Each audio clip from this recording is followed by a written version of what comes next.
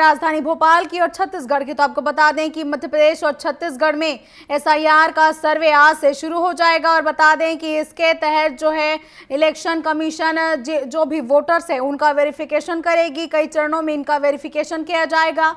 इसके बाद जो है आगे कितने वोटर्स हैं ये जारी किया जाएगा। आपको बता दें कि लगातार कई जगहों में, कई राज्यों में एसआईआर का सर्वे शुरू हो चुका है। बिहार में एसआईआर का सर्वे कंप्लीट हो चुका है, जिसमें 65 लाख से अधिक जो है फर्जी वोटर मिले थे। इनमें वो थे जिनकी मृत्यु हो चुकी थी या फिर जो दूसरे जगह ट्रांसफर ले चुके थे, शिफ्ट हो चुके थे। वैसे लोगों का यहाँ छत्तीसगढ़ में भी और मध्य प्रदेश में भी सर्वे किया जाएगा। एसआईआर के सर्वे में ये जानकारी ली जाएगी कि कौन कौन अभी छत्तीसगढ़ में जो है एक्टिव है और आने वाले समय में चुनाव के लिए रहने वाला है।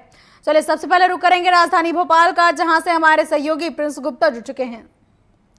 प्रिंस, जैसा कि आज से एसआईआर का सर्वे भी शुरू होने जा रहा है, क्या कुछ इस खबर में अपडेट है? इसके साथ ही जो है सीएम डॉक्टर मोहन यादव बिहार के दौरे पर भी रहने वाले हैं, क्या कुछ अपडेट इन दोनों खबरों में?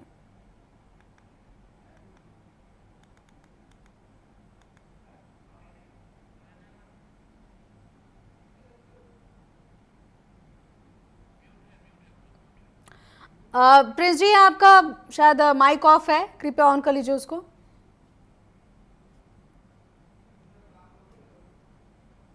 जी बिल्कुल।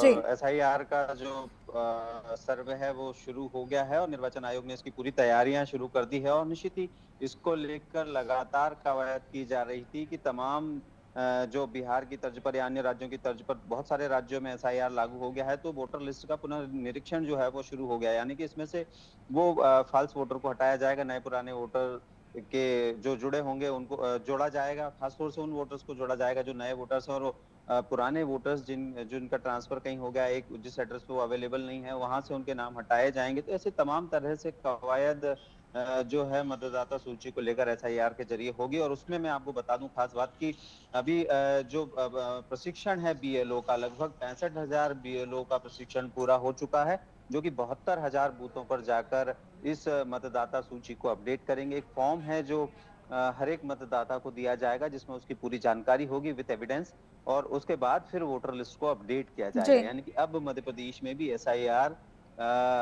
लागू हो गया है और उसको लेकर तमाम कवायद जो है निर्वाचन आयोग ने शुरू कर दी है। इसी से जुड़ी एक और खबर है कि राजनीतिक पार्टियां भी एसआईआर से जुड़ी तैयारियों में लग गई। खासतौर से बीजेपी आज अपनी एक बड़ी कार्यशाला करने जा रही है कार्यकर्ता और पदाधिकारियों के साथ।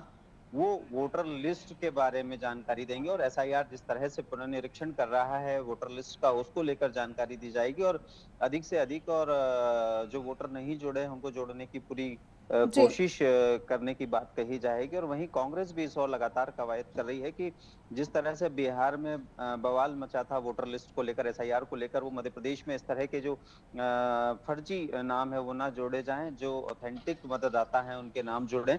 तो इस तरह से हम कहें कि राजनीतिक पार्टियां भी अपनी तरह से एसआईआर को लेकर कहीं ना कहीं एक तैयारी में जुटी हुई हैं। उसके अलावा अगली खबर की ओर ले चलूं तो वो खबर है खास तौर से मुख्यमंत्री डॉक्टर मोहन यादव की तरफ से। डॉक्टर मोहन यादव आज बिहार के चुनावी दौरे पर हैं। 2 विधानसभा क्षेत्रों में आज वो सभाएं संबोधित करेंगे। एक विधानसभा में रोड शो करेंगे, उसके बाद देर शाम जबलपुर लौट आएंगे और देर रात को भोपाल लौटेंगे। लगातार बिहार के दौरे पर मुख्यमंत्री डॉक्टर मोहन जी यादव है और निश्चित तौर पर कहीं ना कहीं वो लगातार इन विधानसभाओं अनेक विधानसभाओं में जा जाकर अपने जो प्रत्याशी हैं भारतीय जनता पार्टी के बिहार में, उनकी सभाएं संबोधित कर रहे हैं और ज्यादा से ज्यादा वोट भारतीय जनता पार्टी के प्रत्याशी को करने की अपील कर रहे हैं।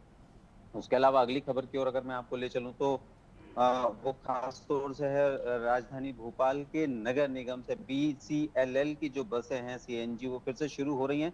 काफी रूट्स पर बसें बंद थी तो आम नागरिकों को परेशानी हो रही थी और ईवी बस आने की बात कही जा रही थी कि 100 बसें ईवी की चलेंगी, लेकिन पुरानी जो बसें हैं वो जी कंडम हो चुकी थी और कई रूट्स पर ये बसें बंद हो गई, जिसके चलते बहुत आम नागरिकों को परेशानी हो रही थी।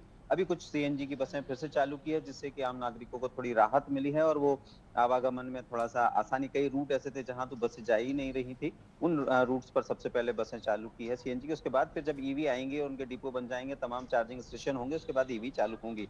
तो एक बड़ी खबर ये राजधानी भोपाल के नगर निगम हमले से है और निश्चित ही कहीं ना कहीं अब आम नागरिकों को थोड़ी राहत की सांस मिल रही है। उसके अलावा अगली खबर मौसम की ओर से है। मौसम लगातार बदल रहा है। अभी भी लगभग हम कहें कि कई जिलों में, कई शहरों में थोड़ी बहुत बूंदाबांदी हो सकती है और उसके साथ ही मैं आपको बताऊं कि रात का पारा अब लुढ़कना शुरू हो गया है। 5 तारीख यानी कि जी। कल के बाद अब ठंड थोड़ी दस्तक दे सकती है पूरी मध्य प्रदेश में और राजधानी समेत। तो निश्चित ही अब ठंड का भी सीजन, क्योंकि ठंड कहीं न कहीं अब बताएँ कि हम लेट हो चुकी है।